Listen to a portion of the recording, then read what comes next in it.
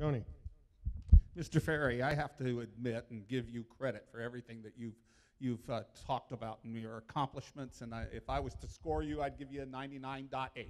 And the 2% that I see missing are the neighborhoods of Linda Vista and Benz Road. You know, where the rubber meets the road. It's what is probably what bothers me the most. And not just because I live there and I have the problem, but because of the overall philosophy at which you just stated again, roads are for public use. And I'm wondering what our neighborhoods are for. My neighborhood is no longer anything like it was. And we, the 28 on that block, were sacrificed for the thousands of others to run rampant 24 hours a day over that neighborhood. There's 2,500 cars on the average daily, and that's with the down economy.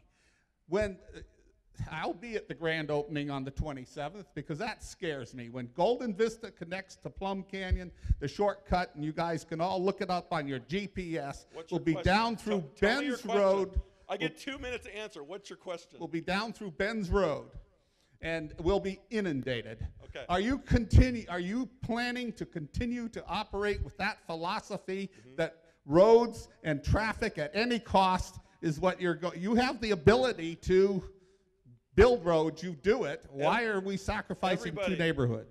We live in a community where you have roads everywhere. That's why it's Bouquet Canyon, Haskell Canyon, Seco Canyon.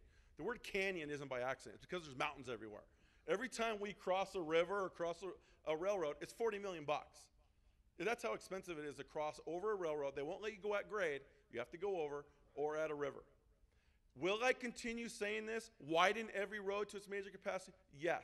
I truly believe roads and transportation is a major quality of life issue for this valley. It directly affects you getting to and from the freeway to work on time. It truly goes to whether you get to church on time, to the store, to your... Now, I was very straightforward, Mr. Zatoli. I tried. He came forward with his neighborhood. There's 28 residents. I went as far as I could go to support those 28 residents. But I also said, look, guys, if we don't listen to staff said don't close the road, we're going to get hundreds of people in here upset with us. Why? Because the 2,500 cars that respectively, they do affect his home. When you close that road, where do you think those 2,500 cars go? They go to the next block to take off the next residents, or the next block.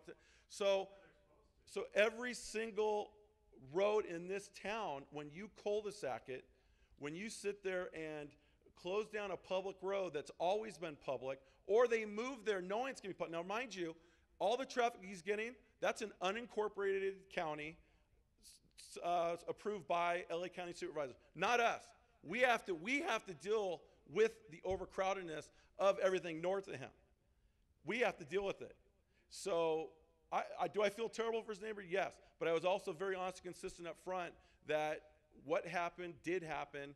By closing the road, everyone else came forward. All the moms saying we're late to elementary school. My road now stinks. We tried helping, and it exploded in our face. And then we had to come up with try to come up with another solution. Yes, sir. I think you kind of skated my question about the 5 and the 126. What does the city plan on doing about, because it's going to be totally gridlocked? The Golden Gate project right now is something the city, similar to the Santa Clarita Valley Transportation Alliance. We're looking right now of master planning through the state project and their award of projects, how we're going to build a truck lane and a carpool lane. You right now see efforts that we made 10 years ago at the 514 interchange, where they're expanding the bridges and they're expanding that interchange. That's stuff that we took leadership over a decade ago in order to get the funding for it. We're doing the exact same thing now, continuing up the 514 south of Calgrove, going up the hill. How are we going to put a truck lane in? How are we going to get a carpool lane in? But it usually is a 10 to 15-year project in funding, and that's what we're going through right now. Let's all give Frank a big hand.